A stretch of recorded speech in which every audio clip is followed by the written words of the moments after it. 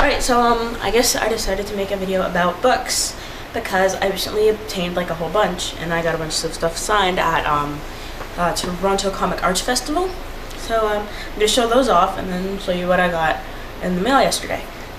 First of all, well, the first reason I went to TCAF was because I happened to be in Toronto at the time, and Andrew Hussie happened to be signing books. So I went there. I actually brought my Homestuck calendar with me, my 2012 calendar, because in the event that I couldn't obtain books I wanted, or I had to go there like really fast, I didn't actually have to purchase anything, because like I guess standard literary festival protocol dictates, or like when you're visiting an author, usually what you do is you have one of their books, or you obtain one or purchase one of their books to get it signed by them. Like that's just, I guess, usually what you do is like get a book. I think it might be common courtesy, but I'm relatively new to getting books signed by people, so yeah. So I actually have a bunch of stuff here. Well, 3 books signed by Andrew Hussie, including my calendar. That's this one here, 2012. You can see his signature right there. So I thought that was cool because I really like this calendar, and I'm glad to have owned it, and I'm super glad to have signed it by Andrew Hussie.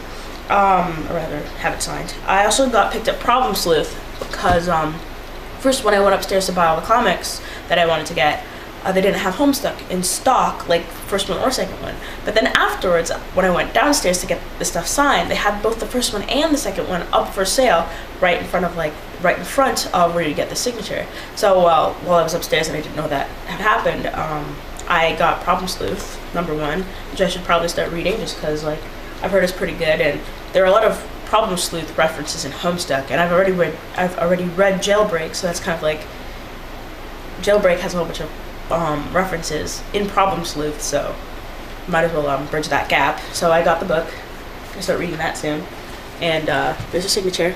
Yay!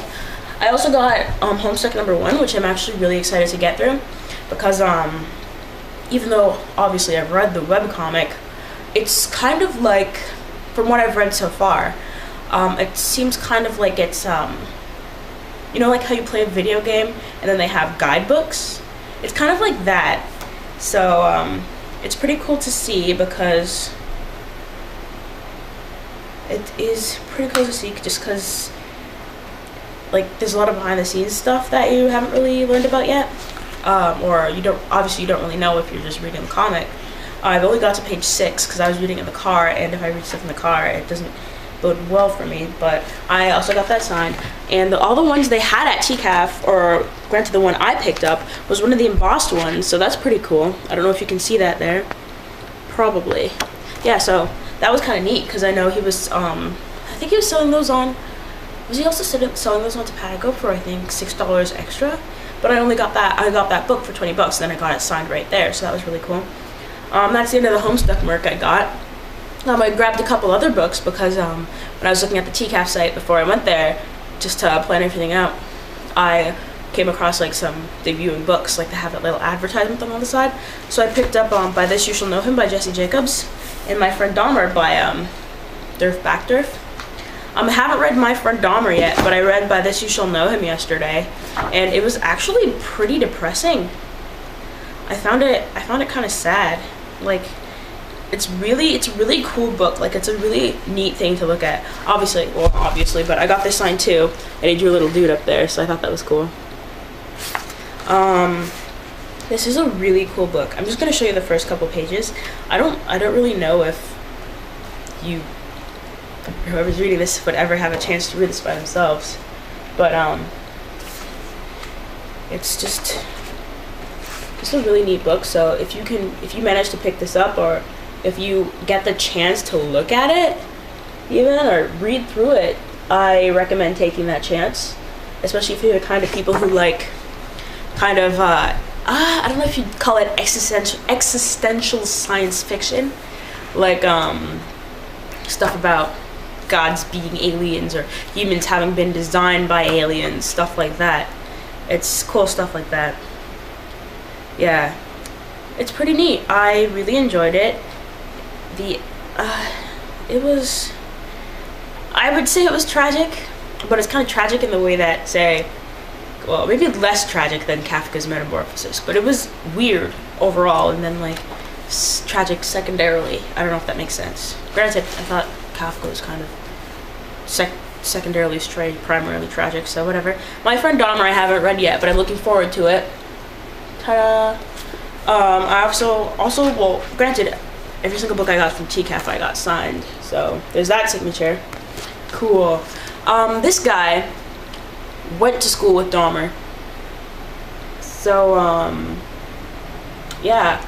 And apparently, it also talks about the institutionalized weirdness of the suburban 70s, which is always great, because we all know the suburbs, rather, are some of the most terrifying places on the planet.